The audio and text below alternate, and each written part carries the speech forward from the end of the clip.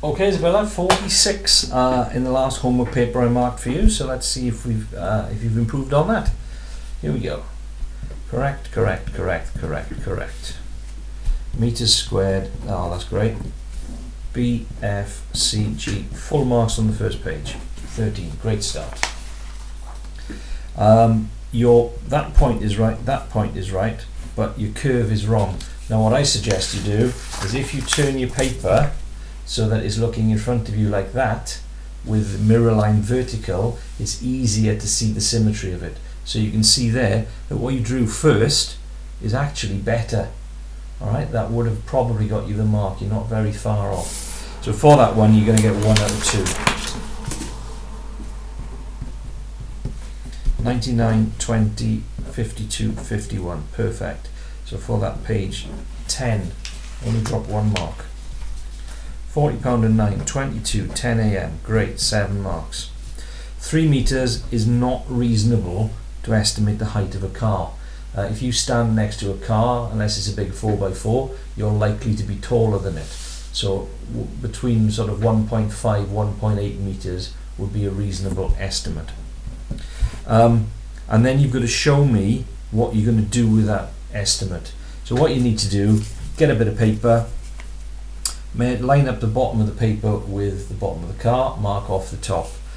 Go to the center of the shape, it's a church tower in this case, and mark on 1, 2, 3. What you're doing is seeing how many cars stacked on top of each other would match up with the height of the building. So that's 3, 4, 5, 6, 7, 8, 9, 10, say 11.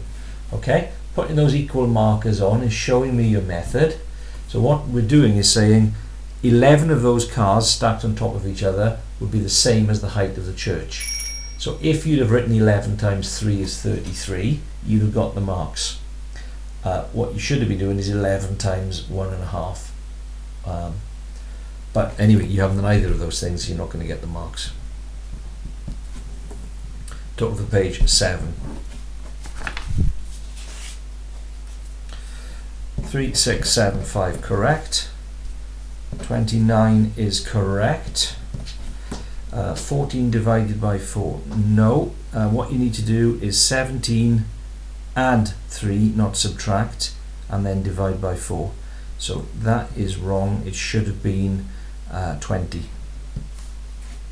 So you're trying to do the right thing, but you're not quite there. Add 3 is good, but 3 isn't a word. Halve the number is good because they're all words. So even though that's right, I can't give you the mark because it's not in words. 4, 6, 7 for the page. Have a look at the video clip for that. You should be able to follow it quite straightforwardly. That's good. 2 marks. This equation now you should be able to do after the work we did this week. That's correct. So you're on the number line, you're at -3, and you're going down another 10, so you're going to end up at negative. Oh, you've done it there. Sorry, missed it. Good. So you don't get that mark, you get those 2. 50 is correct, but the top number isn't because it's at least 3 visitors. 18 is exactly 3 visitors. These 3 people here, patients here, also had at least 3 because they had more than 3. So they have to be included in as well. So that should be 21. 50 visitors altogether is wrong. There's 50 patients. The visitors, if you look at this column here, for example, 14 patients each had 2 visitors. So there are 28 visitors in that column. So you do the same then for the other columns and add those figures together. Total for the page, 5. 25.92 is correct. It's not percent, it's just 25.92. The 36 bit was the percent. With this one, if you scored 78 out of 120, I would write that on the front of your paper like that. To turn it into a percentage, you times it by 100. On your calculator, you do that exactly as you see it there. So you've got your fraction button there, you press that, 78 on the top, move the cursor down, 120, move the cursor across, times 100. Looks exactly the same as it's written. 65% comes out. Okay, that does equal 120. Have a look how I do that on the video clip of the paper, and then take a look at pie charts on the topic list on Jones the Sum and have a practice. It's an easy method, and it comes up every year, and as you can see it carries 4 or 5 marks, so it's worth learning how to do that. Similarly, watch my explanation of that. This is called utility bills.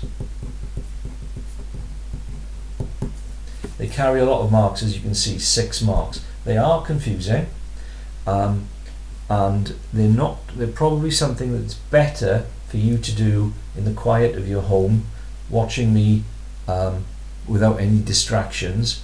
So go onto the Jones the Sum site, topics, have a look at utility bills, print them off, have a go, work them through with me explaining them at the same time, and see if you can crack them. 0.15 is wrong. So what you needed to do there is these all have to add up to 1. So you do 1, take that, take that, take that, and it's 0.13. Again, you haven't shown me any method, so I can't give you any marks.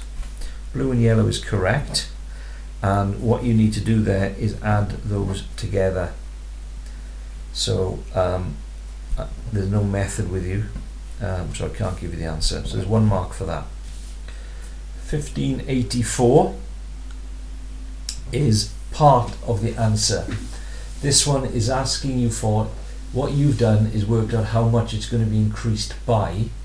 The question wants you to calculate the increased price, so you have to now add that on to 132 to get the answer. 8.1 is correct. Good. 2, 4, 5 for that page. That isn't correct. Have a look at certainly these 2 questions, watch how I do them on the clip, and then go and have a look on the in the topics list. This is called products of primes, that's called trial and improvement. Go and practice them, and there's 6 marks there really that you could easily pick up. Okay, Isabella, so as I said, you scored 46 last time. Let's see how you've done now.